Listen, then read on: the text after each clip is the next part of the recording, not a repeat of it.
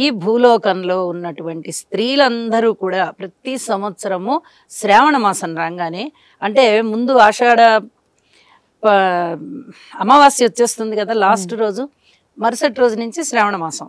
ఈ శ్రావణ మాసానికి ముందుగా పాడ్యమి రోజు మొదలవుతుంది కాబట్టి ఆ వెనుక అమావాస్య రోజు కాకుండా దానికన్నా ముందుగా వచ్చేటటువంటి చతుర్దశిన కానీ, లేకపోతే దాని వెనక ఉన్నటువంటి త్రయోదశి రోజున కానీ చక్కగా దేవుడి మందిరాన్ని అలంకరించుకుంటారు.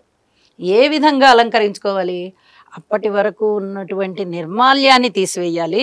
అంటే దేవుడి పటాలన్నిటి మీద ఉన్నటువంటి పూలు కానీ, ఇంకా ఇతరత్ర మనం అలంకరణ కోసం ఏవైనా ఆర్టిఫిషియల్ వాడుకుంటాం, అలాంటివి ఏమన్నా ఉంటే అవన్నీ తీసివేయడం కానీ, ఆ చిత్రపటాలన్నీ శుభ్రం చేయడం కానీ, అలాగే దేవుణ్ణి ఎక్కడైతే మనము పెట్టుకుంటామో ఆ ప్రదేశం అంతా కూడా శుభ్రంగా శుచిగా వాటిని అంతా శుభ్రం చేసి అక్కడ నూతన వస్త్రాలు వేసుకుని, లేదా ఏదైనా న్యూస్ పేపర్లు అలాంటివి ఏమన్నా వేసుకుని నీట్గా అన్ని పసుపులు కుంకాలు అన్నీ శ్రద్ధగా అక్కడ అమర్చుకొని ఈ చిత్రపటాలన్నిటినీ తగిన విధంగా అలంకరింపజేసుకొని ఇక శ్రావణ శుద్ధ పాడ్యమి నుంచి పూజ మొదలు పెట్టుకోవాలి.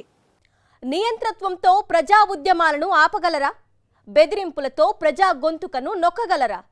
తెలుగువారి మనస్సాక్షి సాక్షి టీవీ. సాక్షి టీవీ ప్రసారాల కోసం వెంటనే మీ లోకల్ ఆపరేటర్ను సంప్రదించండి.